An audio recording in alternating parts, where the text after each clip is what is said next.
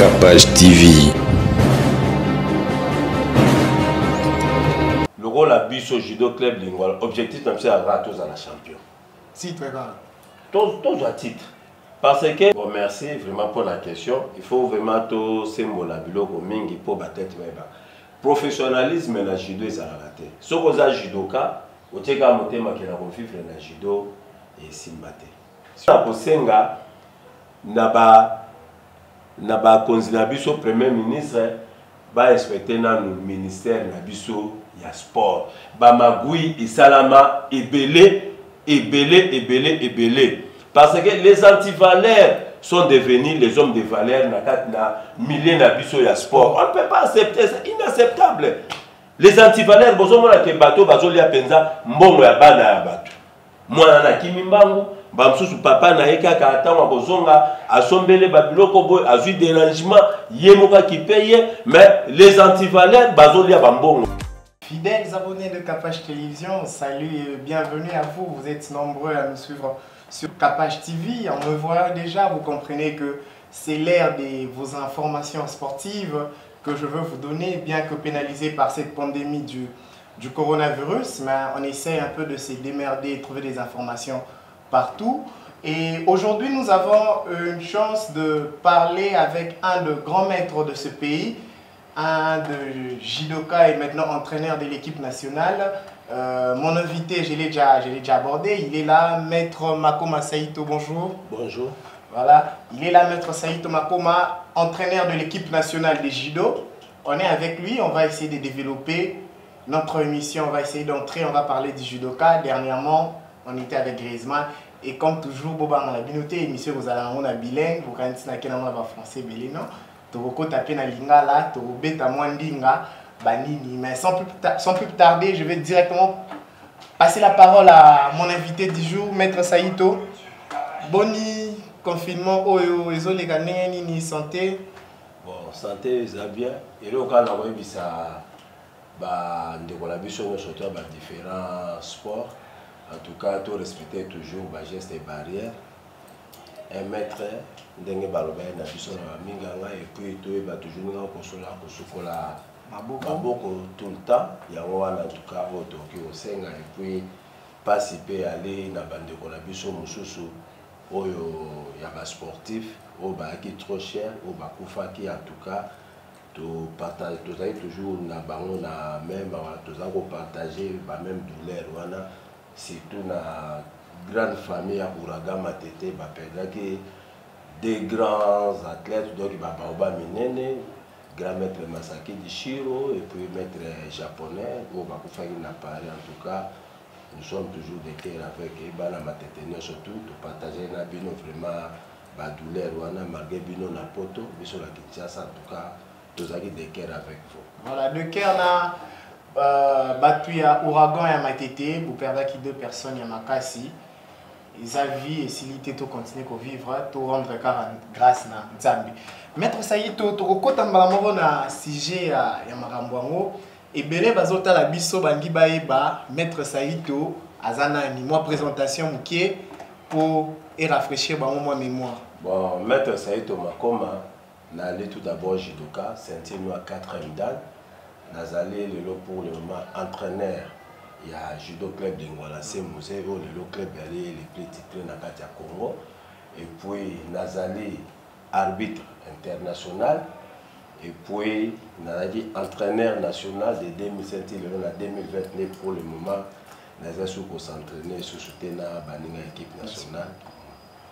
Ah, ok. Voilà, tout le monde qui me repose à la Judoka, c'est que carrière, non, Judoka, il y a qui jidoko, il y a qui de moment ni à moment ni au 4 moment ni pour se lancer pour qu'on m'appelle entraîneur après comme arbitre international. Bon, merci de Bonanga journaliste.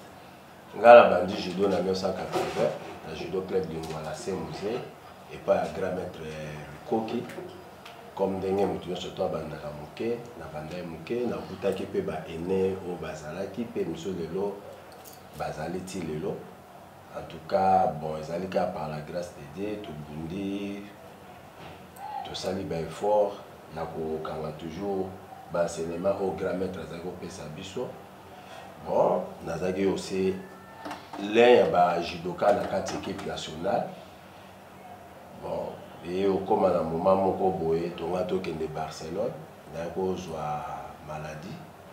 Bon, baninga pe bakendaka après to continuer to na okata carrière na ngata ke compétiteur na 99 donc na 99 na kati carrière na mais tant on a na carrière nanu en tant que judoka na bima champion de Kinshasa, na bima champion d'Israël à l'époque, mais l'autre champion du Congo. En tout cas, na la carrière ya malamu lelo yo na ba collègue ba pe na photo. Donc carrière na on sur ça là qui na judo club Lingwala. Oui, carrière na on sur l'examen na judo club Lingwala. Ah, OK.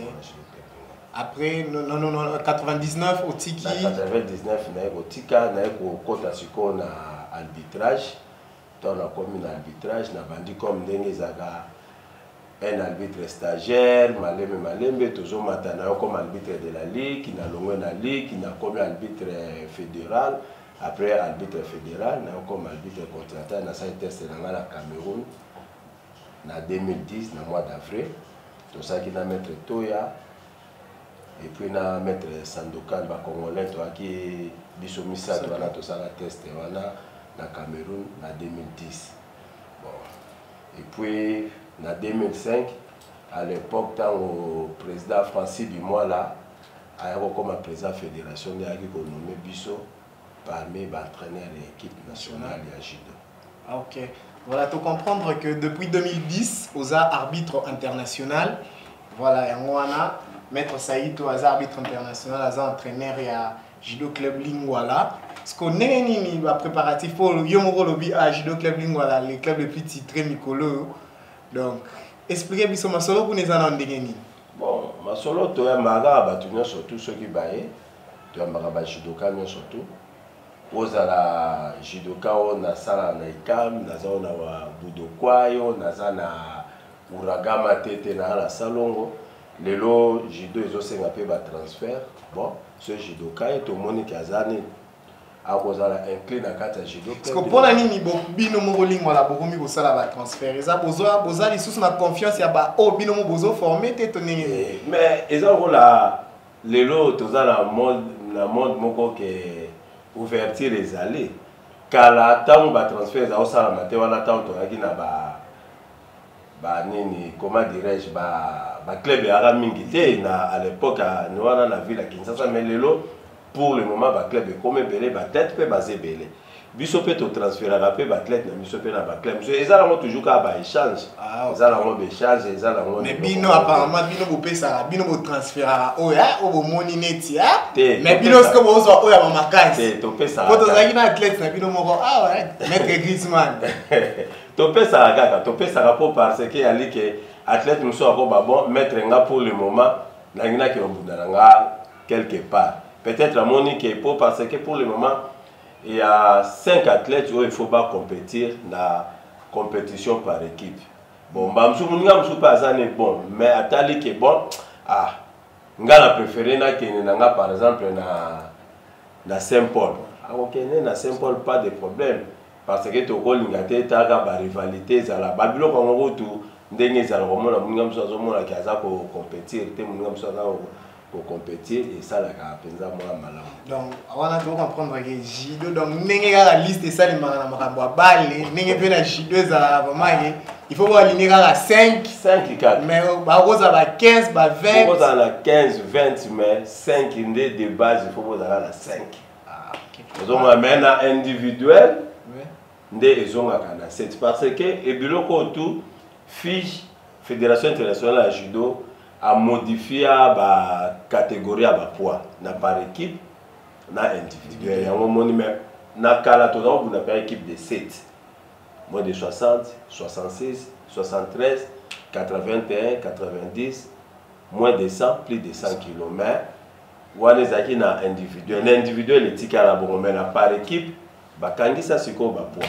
Parce que expliquez bien sur le championnat na bino ya Kinshasa il est kana nini za par équipe individuelle to nini. Bon oui. En tout cas na ville à Kinshasa ndenge to ali to ana na fédération oyo organisaka Coupe du Congo. La ligue provinciale ya judo à Kinshasa organiser un championnat, il y a ligue ou championnat d'élite. Pour ligue sikoyo a organiser ndenge ba attente na ye. Tozana na 5 attentes na ville à Kinshasa. Attente à Lukunga, kin est, kin ouest, kin centre, bango wana na chango. Les 2 premiers à ba poule, bango nde mutu ba ko bunda championnat d'élite au to bengi ligue. Ligue nde sikoyo ko pesa champion na ye na fédération organisée Coupe du Congo. Mais na ba attente na biso individuelle et attente ezalaka. Par équipe pe ezalaka. Ligue même Coupe du Congo pe basala ka bon. Parce que ba passation à ceinture les gars na mani passation à ceinture ezalaka bino moko na kati ya club to ezalaka pe na moi tournoi mo to compétition mo ya passation à ceinture.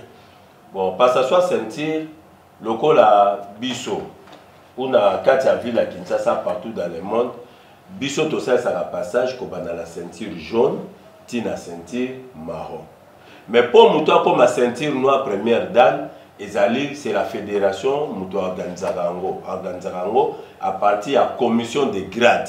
Au ba grand maître na biso ba maître dai, bango muto ba chapeauta kango, ba président Aliou, bango muto azawana ba grand maître Lyonge bango ne bazali ba examinateur ba maître Mapasa, bango muto azana kati à commission de grade wana.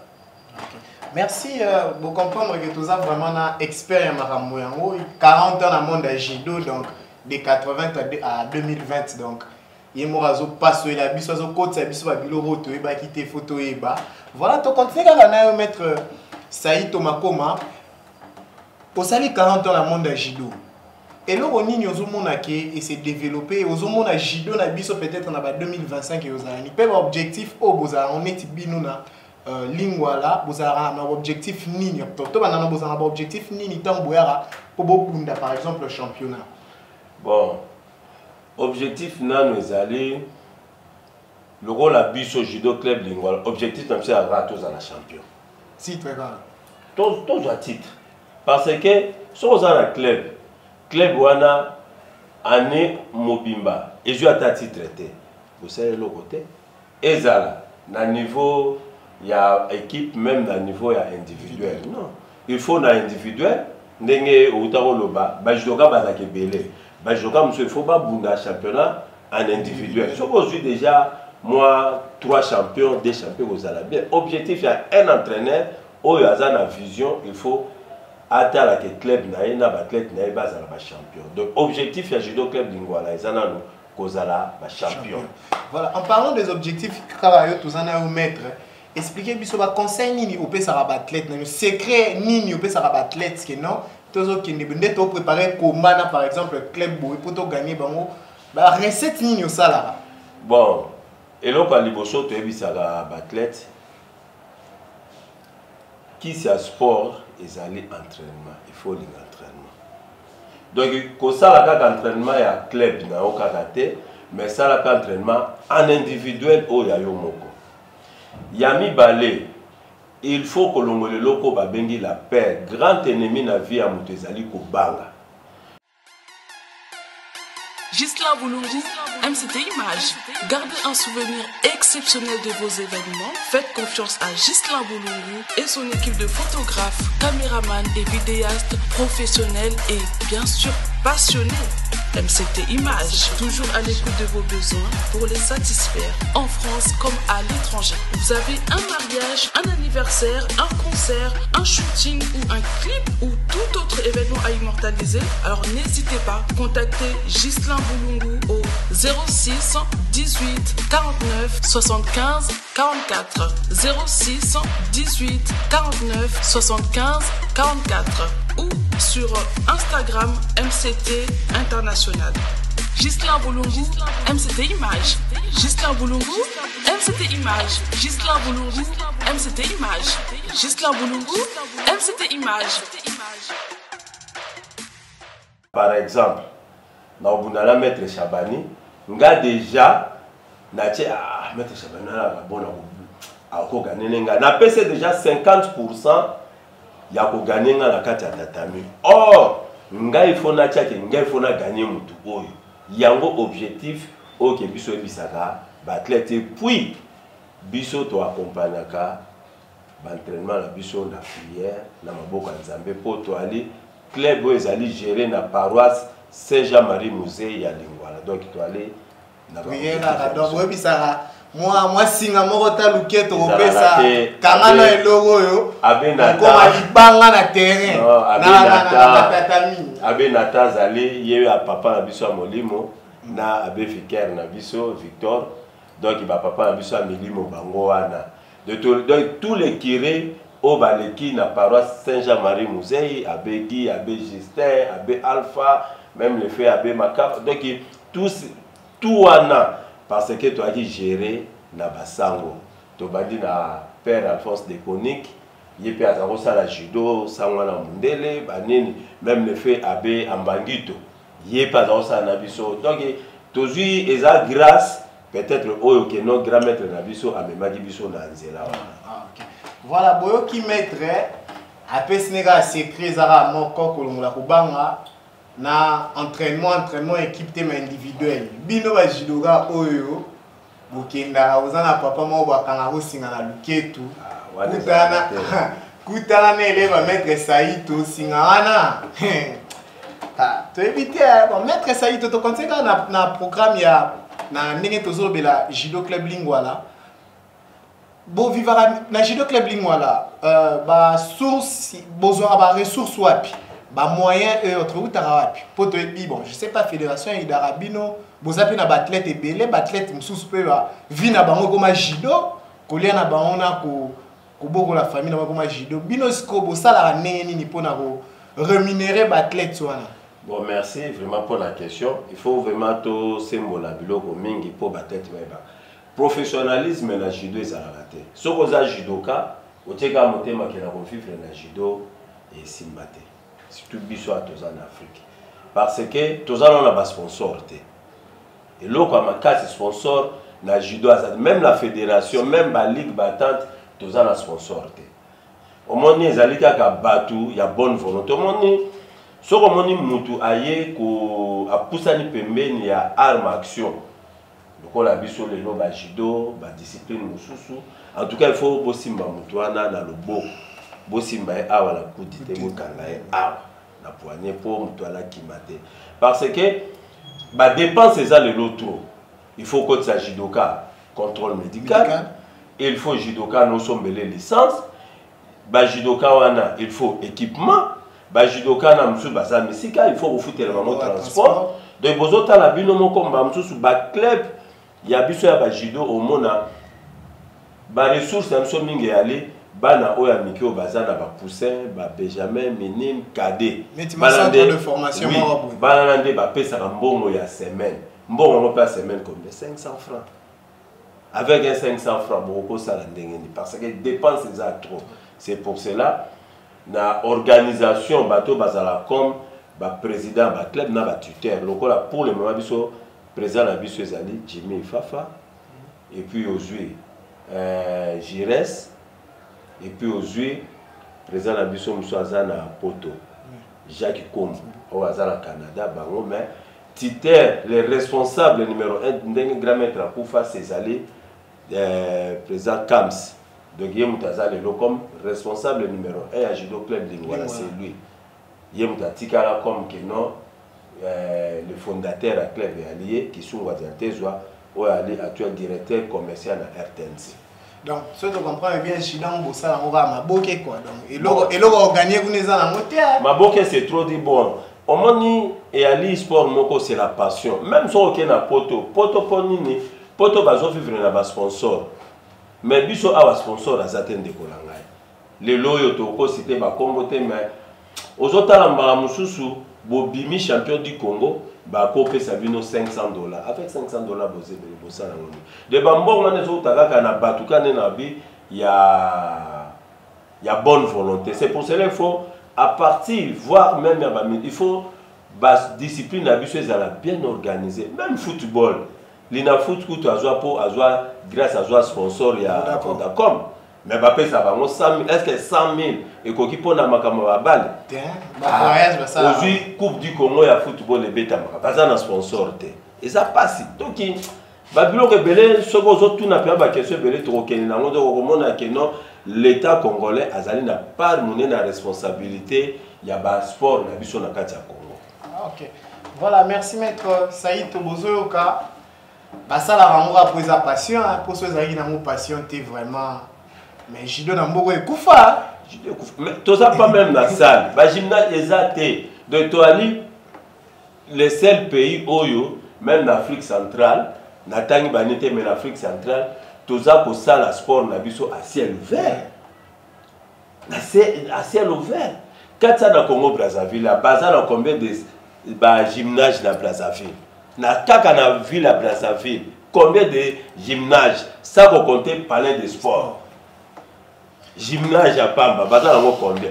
Mais biso au monde a boé est tempéré mboule beti bouba tubokimi. Tous les fois même dans le stade de Martin, dans le stadium, bah foot il s'arrête biso. Et moi oui non, boto la basket terrain na bam. Et ça terrain basket c'était, et ça li terrain basala ya, on prend na sport. Pour la sport, mais oui. N'est-ce que nous peut boire? Non, pas parce que on va payer ça ya bam. Bon, bah pourquoi le balabango mais ils a bangoté. Parce que sur le tamboli partout au côté national gymnase, au commun na batrasa na ndenga basket, batrasa na ndenga ya volley, na ndenga ya handball. Donc ils a organisation au pays azana yango. Aux hommes on met tabota la biso vraiment bourré et là on monte la terrain mon père parce que c'est comment boulot voilà maître Saïd Tozano rato kenam so c'est tozan so kana monde judo lelo développement à judo na Congo zo mona ndengeni bon développement à judo ezali kosenga na état d'esprit ya ba dirigeant oyo baza ko kumbela biso na niveau ya fédération fo politique à malamu ezala. Ce politique à malamu ezali judo na biso eko développer pour parce que tozali na ba grands athlètes. Nos grands athlètes wana oyo tozala bango bazali ba athlète moka malamu mais ezo senga lelo il faut politique à malamu kaka oyo ba konza biso a fédération congolaise président Bobo Azawana na bandeko mususu balande na sima bango nde mutu bakosa la politique ya malamu pour le développement de la discipline à biso ya judo. Pour judo, les loso kotali après football na Congo, ils allaient judo. Mais ils ont senga ke ba konzi na biso bango moko bayeba comment bakoki ko sala makasi pour que judo ngo kende biso. Voilà, on a tozon ka to le blâmer ba judo quand même maître Saïd yo en tant qu'encadreur ya jeunesse. Na nenga ma BT mais to yebi ke ba kulu ne bele bazara ba judoka.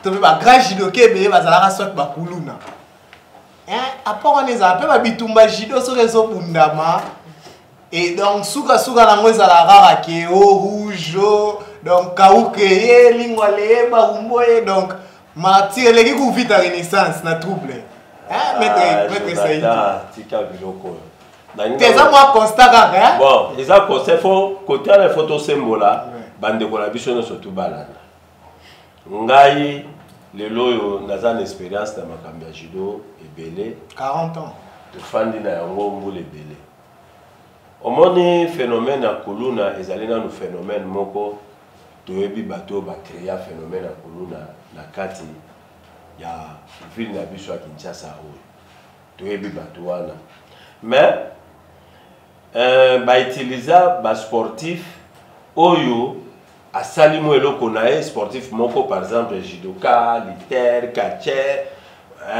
boxer banini oyo vraiment afandi penza na nini na kote soka yebi ko sala mouvement na e akimi na e akomi na e kuluna mais sportif oyo aza de carrière oyo alwa na lingwala o mona kuluna na zate azana eta.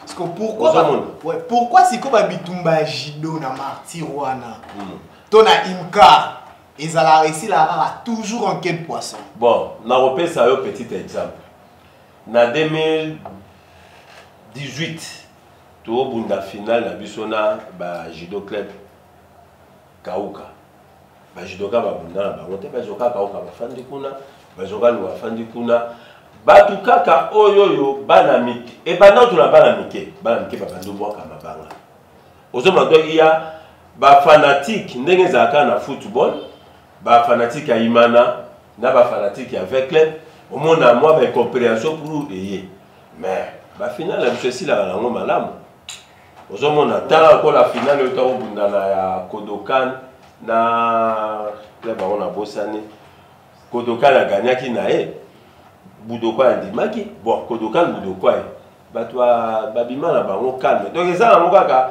ba effet moko boy oyo ezala kana tamoko mona ah bo pemi bo mobule ya liot o kenaka match na stade des Martyrs au fan na bozota la côté ya Marquois bitumbezo bundam oh mais pas non pe ba policier ba fan o ta la côté 19 bitumbezo bundam le lo so ko yoka na zoya soki le lo ke na stade des Martyrs ou yeba na stade wana te o ke osuba na ébité hein parents nini oya mais na judo okobima okei osubi yango na ngana lobana yo judoka oyo aza de carrière okotala na okopeso lokola Griezmann okomona était le meilleur judoka pour le moment c'est Beni Matonda okomona donc yo mo soko tali judoka okotala ba petit na biso ba digital ba bondele ba yusi okotala ba petit ba judoka tant d'autres otala lokola ba maître Chabani ba Migidal ba petit amso ba Taboria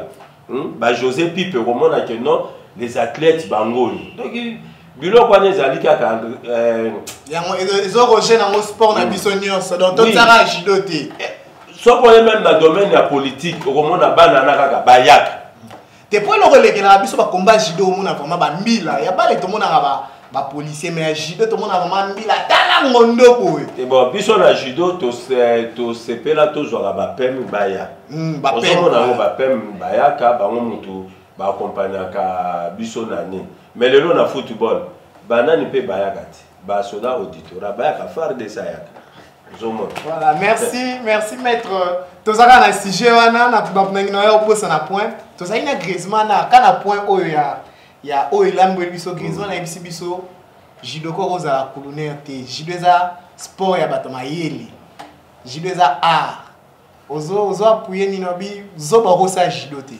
oui judo ezali soko za intellectuel to ko sala judo te o sala te parce que goki na no ya judo de fois à la mutu na fait sala mais so mutu nezo sala te bozane loko moko te na mutu o sala loko moko te donc judo ya sport intellectuel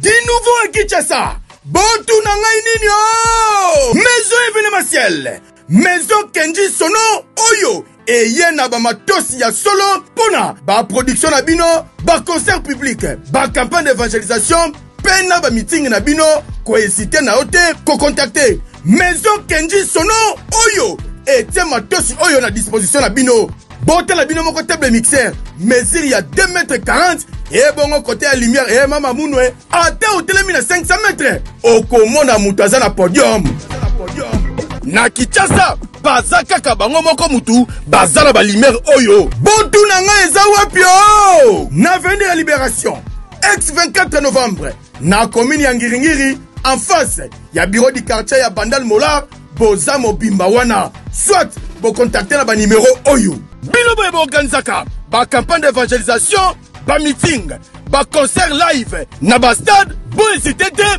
ko contacter maison événementielle Kenji Sono oyo et na ba matosi ya solo ba instrument ya haute qualité boye ba pe bokangake maison événementielle Kenji Sono et ça peut consala ba vente ya ba instrument pe lisusu baza conformé ba ingénieur de son yo mutosini sana izipa na ista ko hésiter na yote oza na théorie yaka ko soit pratique awa et yokani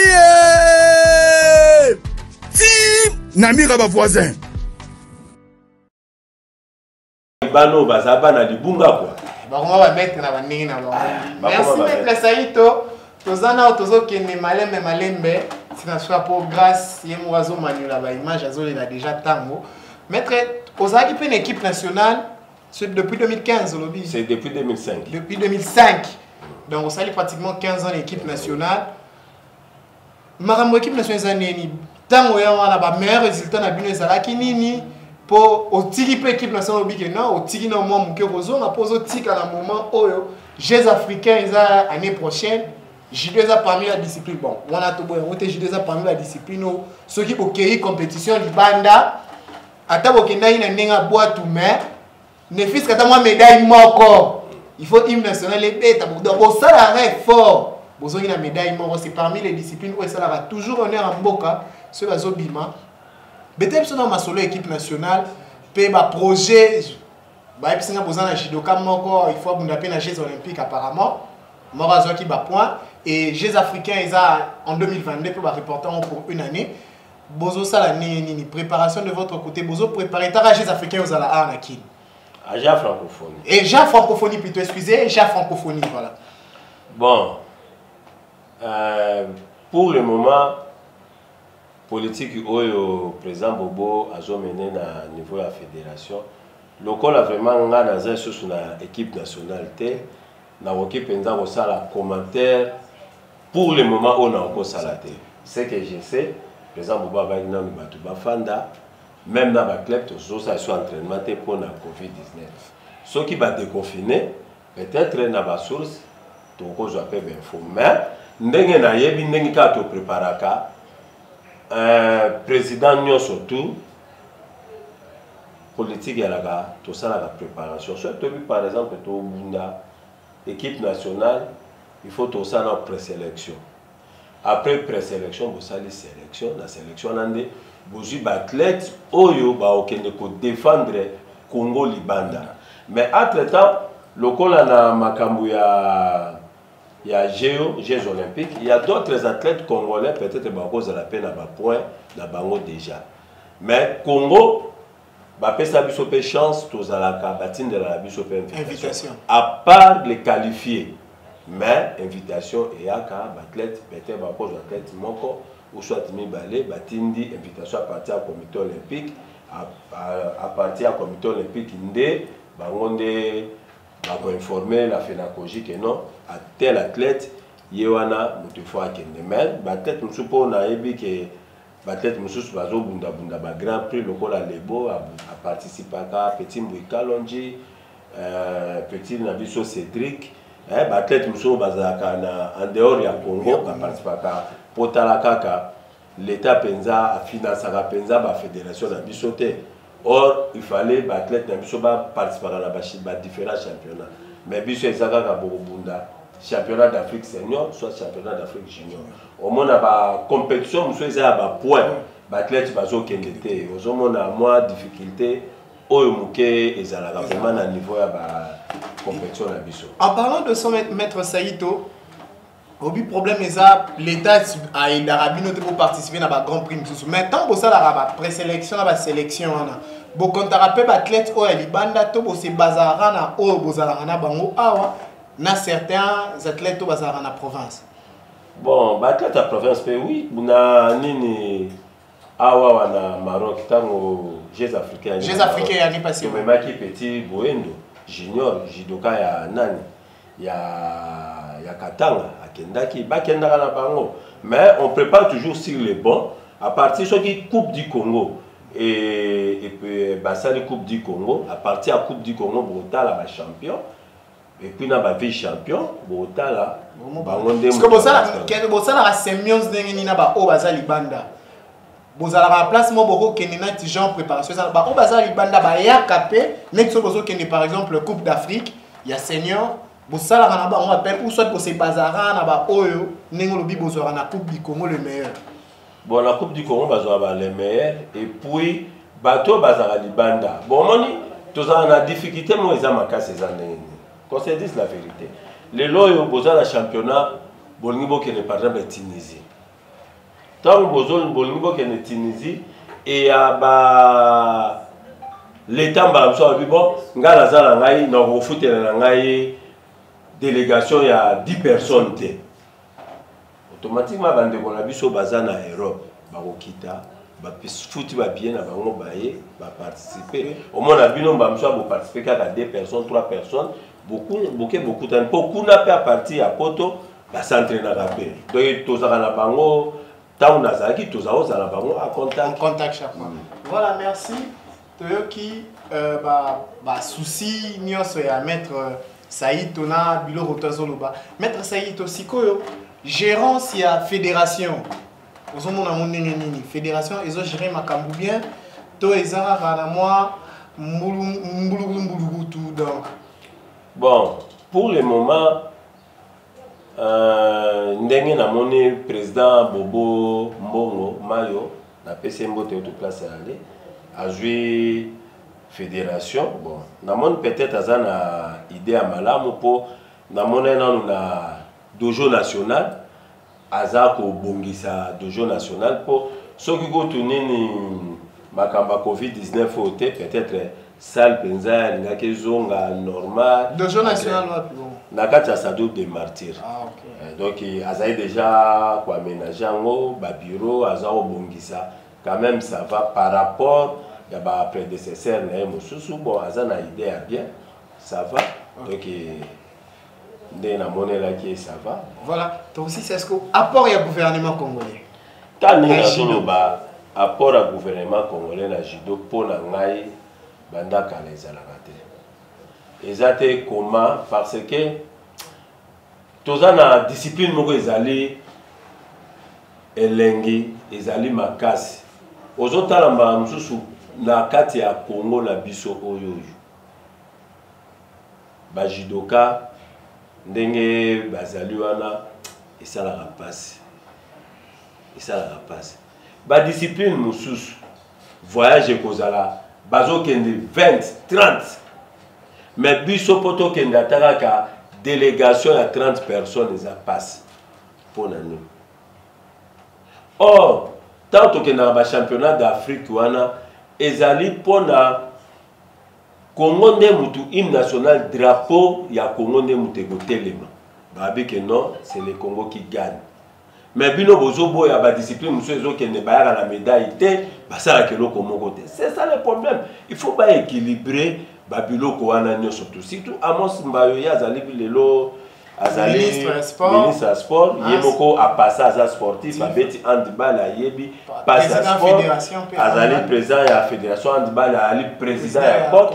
Bon peut-être ndenge azali boye malgré tout pe bon pour le moment crise ezapé na mboka peut-être troquer pe kozala trop dire la vérité mais dans les jours qui viennent en tout cas il faut ba kuzwa ba discipline yo surtout ndenge moko so bazo eza yo za na bana 20 yo futela na bana misatu kumine ka mineval malamu est-ce que bande ko mususu wana ba ozala comptable non ba ozala mais comptable po ba kolingana ni ke non bande ko la bango mususu wana ba échouer c'est ça le problème biso ana Congo to na bokena bosali preuve après to yamba bino mais basala kina ba spécial ba ki na passe est-ce que ba basketeur ngo bazui ba bazwa biloko ngo ba bimu to ke eza na mai papa tika biso to ke na Burundi to na ba médaille to jouer le connaît à l'époque à Papi Nyango to jouer que en 2018 na Tunisie to na médaille na Burundi to na médaille est-ce que to jouer que le connaît non au moins biloko to zo loba yango to zo ngai pona ngai lelo na kosenga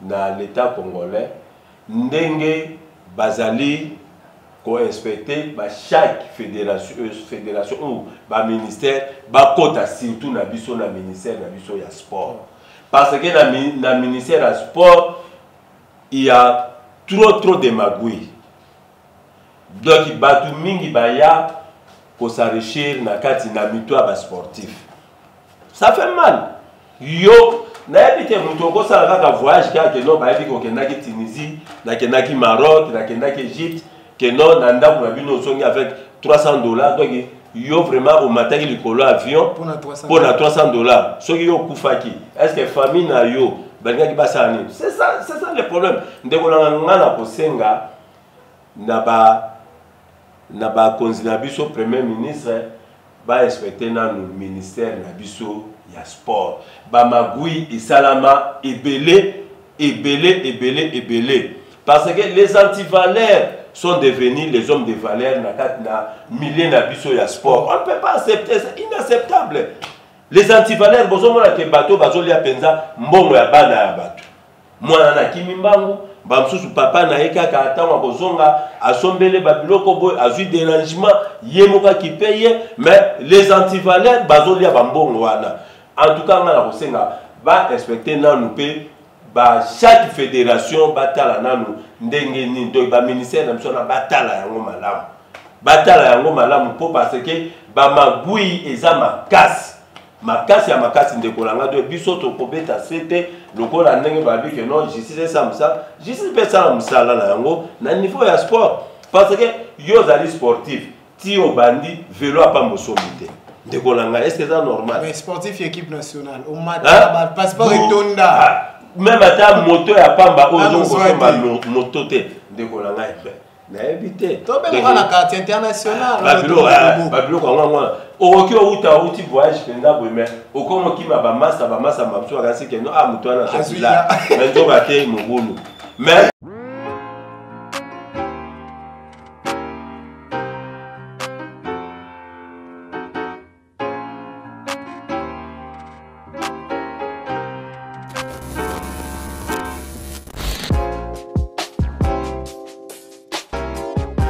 Parmi les produits Kitokoland, nous te proposons des lentilles journalières disponibles en différentes couleurs pour un regard inoubliable. Style 3D, style magnétique, nous avons ce qu'il te faut, à toi de choisir.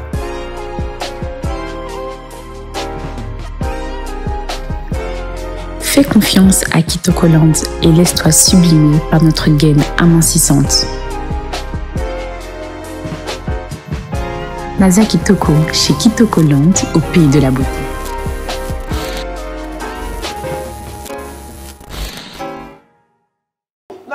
Makamo et salema kaizo salema. Donc et ali passe yango toujours senga. À moins il faut ba audit et salemaka.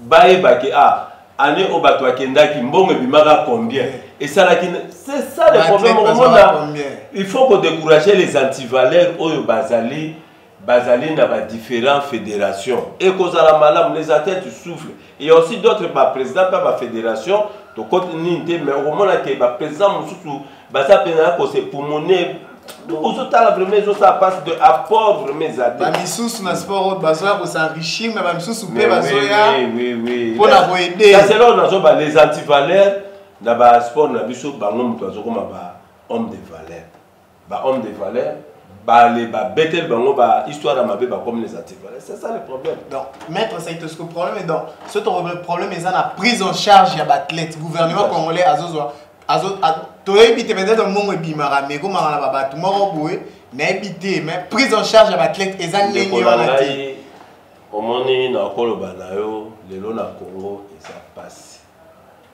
eza passé omoni biso bato sport de combat na teka biso ba judoka te mais na bi ba sportif tout de combat judo karaté boxe bani lelo zotala ke bato ba sacrifice na bango pour na ba discipline ezala lelo ba kufi ndenge nini tout dernièrement un ancien champion du monde il y a biso ya catch kele nana ta zoyo kata ke non papa wana aza malade nani mais oyoka musicien basale babimisi mbongo oyoka baju et ça la biso passe ozota lelo ke non batokola ba mettre lukoki bakufa dozota mettre lukoki tu bakufa pour nani à son temps Denis Kamba écoute mutu asalaka moi c'est na poche nae mais autant la mettre fiscaux mais tous auto kufa ozui ba mettre tempête donc ozota que les grands noms au moment où je vous parle mettre Mami Saza malade commoda hein ba mettre Mami Saza basali ba bota na sport mais nani oyo azokipe ataye mais soki boyoki musicien ou mutu à théâtre mais non biso to kozala ba mandiata to saka mandicité lokola ndenge ba artiste bakenda kosala ba mandicité botalela biso non kotalela te donc et ali que non l'état ndenge azozwa ba prise en charge ya batu mususu azwa rappel biso pe ndenge wana donc biso bokozwa biso lokola mandalala na fête bozui boluki ba sportif botelemisi bango na bani na bilo bozui bobengi bango mais ça passe bandeko ba politicien bozala na kati ba institution bosala boyebaka pe que non ba valeur ya bato ba sportif ya arme action bozwaka bango ba misie ba osabino no te soka bwaki ayembi ale mukolo ke non akufi allez, vous savez, le grand matin, vous avez mis ça, somme, moko, oh, beaucoup de maté, 1 million, 2 millions. Mais pourquoi ça? Et ça, la gagné n'est qu'un wapi. Voilà, toi qui maître Saïto, n'est les prises en charge à l'athlète, les musiciens, oui, tobo ité, mais l'athlète, peut baser les Congolais, le quoi, les musiciens, l'État congolais, aux papa, il faut y avoir tout dans le même pied d'égalité. Maître Saïto, tu as remis la souka émission, et ça, émission vraiment plaisir, moi, Lilo Basuka. Bon. Moi, je dédicace spécial. Lilo Basuka, pendant que vous avez pour na roleka kaka. Ouais. Donc, toujours surtout na premier citoyen, ya Congo, son excellence Félix Tshisekedi Tshilombo, a mécanisme pour ça la macasse la programme à 100 jours à Talanano biso bas sportif. Tout ça a besoin de ça la biso gymnase, liboso stade des martyrs wana et kozala malam. Judo ezobuda ciel ouvert. Karaté ciel ouvert. Handball ciel ouvert. Volley ciel ouvert. Donc basket ciel ouvert. Ata la biso basa la biso même ata place il y a 2000 places kaka. To bandalo ata la muke un jour parler de sport eko. Mais basa la biso kaka gymnase et kozala bien. Na pesi ba judoka nyonso tout ya Kinshasa Mbote. Président Fédération Bobo, président ya Ligue Aliou, na pesi président MB Mbote, tous les présidents na pesi bino ba Mbote, président na biso ya commission d'arbitrage, maître Zanga, maître Mbuyulu, maître Tina, maître Diongo na pesi bino tout Mbote, maître Toya na pesi bino Mbote.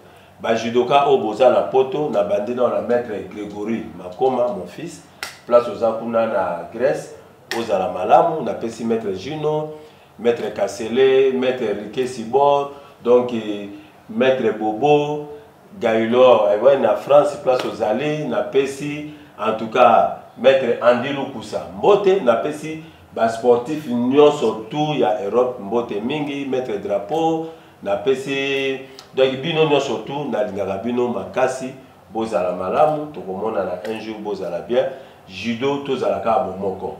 Ba conflit, tokolinga na judo, tout c'est la code morale. Ce qui est l'autre, qui est dans la discussion inutile et quoi aboutir biso à rien.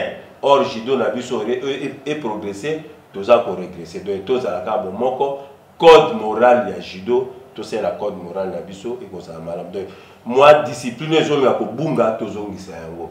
Judo na conflit et aussi mbate, judo tout ça la bomoko, yango ndem te ko sangisa biso, yango ndem te ko sa lo kamalam en tout cas, merci. Okay. Voilà, pour comprendre que Lelo Nazaraki na maître Saïto Makoma, un des entraîneurs de l'équipe nationale, arbitre international, entraîneur, il y a Judo Club Lingwala, Tozaraki na etolobeli marambo judo na kati to pasoli nyonso, to espère to toucher mutute, to lobeli kara o eza vérité na réalité o bango bazo vivre dans le monde de judo pour bango baza ba maître, bango bazo encadrer ba jeune mais ba jeune on bazo encadrer bazo mi pesa bazo mi toka mais ba mongo na bango les autres na ba poche ba tumsusu ba pratique à boy on ne peut pas accepter ça toujours dans ces pays. Tozo espérer que audit au fatia pa ndina na marambo 100 jours il faut qu'on taper dans le ministère c'est pas le ministre tout ba les kawana on doit voir parce que on ne peut pas accepter on ne peut vraiment pas accepter tout ça. J'espère que cette émission a fait plaisir à tous nos abonnés de Kapach TV. Je vais commencer par le ministre de Sport de la faculté de médecine, Jefté Djobale Soukou, qui est avec moi ici. Merci pour ta présence. Patrick Kratos, Moana, Dani Kabey, Gomer Zolameso, la milité incarnée. Je vous salue tous. Bye bye, à la prochaine.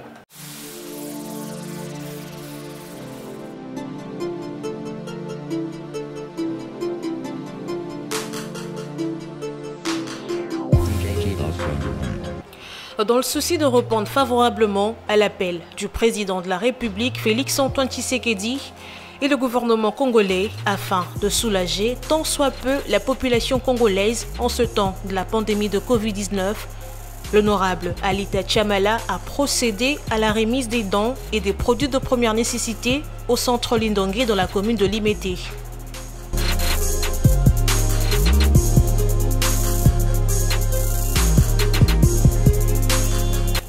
toujours présent mais représenté par Maître Frédéric Kwamba auprès du cardinal Fridolin Ambongo.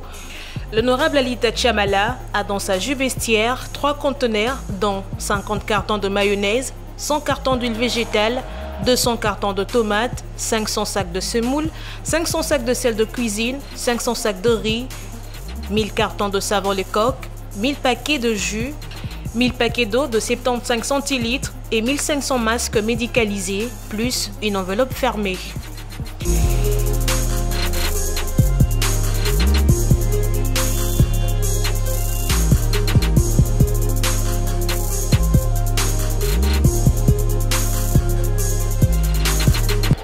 C'est pas un endroit de chrétiens catholiques, mais nous avons voulu utiliser le canal approprié. C'est-à-dire, nous nous sommes dit en déposant ces effets entre les mains du cardinal, il saura les orienter aux nécessités. C'est-à-dire, là, on voit l'être humain, le cadre est humanitaire, que c'était ça. Alors, il nous a reçus, vous nous avez vus avec lui. Je lui ai transmis le message de l'honorable Alita Chamala, qui a voulu premièrement le remercier et lui faire voir que depuis le 18 mars, après avoir reçu l'appel du chef de l'État à la solidarité nationale, il s'était dit que ces messages n'allaient pas passer parce qu'il fait partie de personnalités ou de compatriotes qui ne sont plus à présenter parce que ça fait plus de 50 ans que son nom est cité tous les jours dans le mécénat. Mais il ne se limite pas dans ça. Il est père de famille, congolais comme je venais de le dire, alors cette bataille étant une bataille de tout le monde et de solidarité, il s'est dit qu'il pouvait aussi mettre la main à la pâte et agir. Vous avez entendu par rapport à sa demande, il a voulu également que le cardinal puisse le bénir, prier pour lui et sa famille et pour ses affaires. Et pour que ça ne s'arrête pas aujourd'hui ou à ce qu'il vient de faire, mais pour que à chaque fois où cette bénédiction produira, que le fruit de ses affaires, de ses travaux continue à être partagé entre ses frères ou les humains comme lui. Le cardinal est très ému par ce geste. Il me l'a dit qu'il sait qu'en dépit de tout, il existe toujours des personnes qui sont sensibles à la souffrance des autres et qu'il était disposé à prier pour lui, à prier pour ses affaires comme lui-même l'a demandé, à prier pour sa famille et pourquoi pas pour moi qui les représente ici. Et c'est ça l'objet de la motivation de notre présence en ces lieux.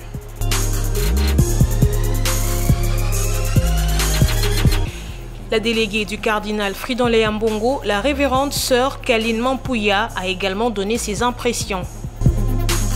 Cet avant-midi, nous sommes tous témoins de la grande générosité de l'honorable Alita Chamala, qui, à la suite des autres, a accepté de mettre ses moyens à la disposition du service de la charité de notre Père archevêque, pour qu'à son tour, qu'il relaie cette charité à ceux qui en ont le plus besoin. Notre mot, c'est un mot de gratitude et de remerciement, et nous rappelons que son éminence a rassuré qu'il allait prier pour tous ses bienfaiteurs, et particulièrement pour cet avant-midi, pour l'honorable Alita Chamala et tous ceux qui travaillent avec lui afin qu'il aille de l'avant.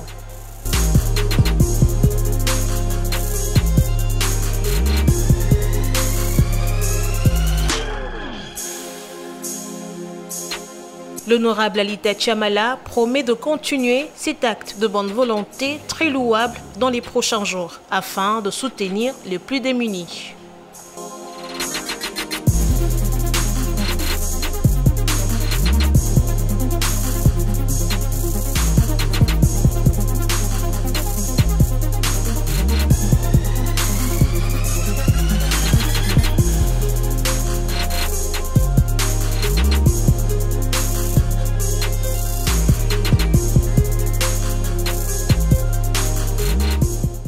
Capage TV.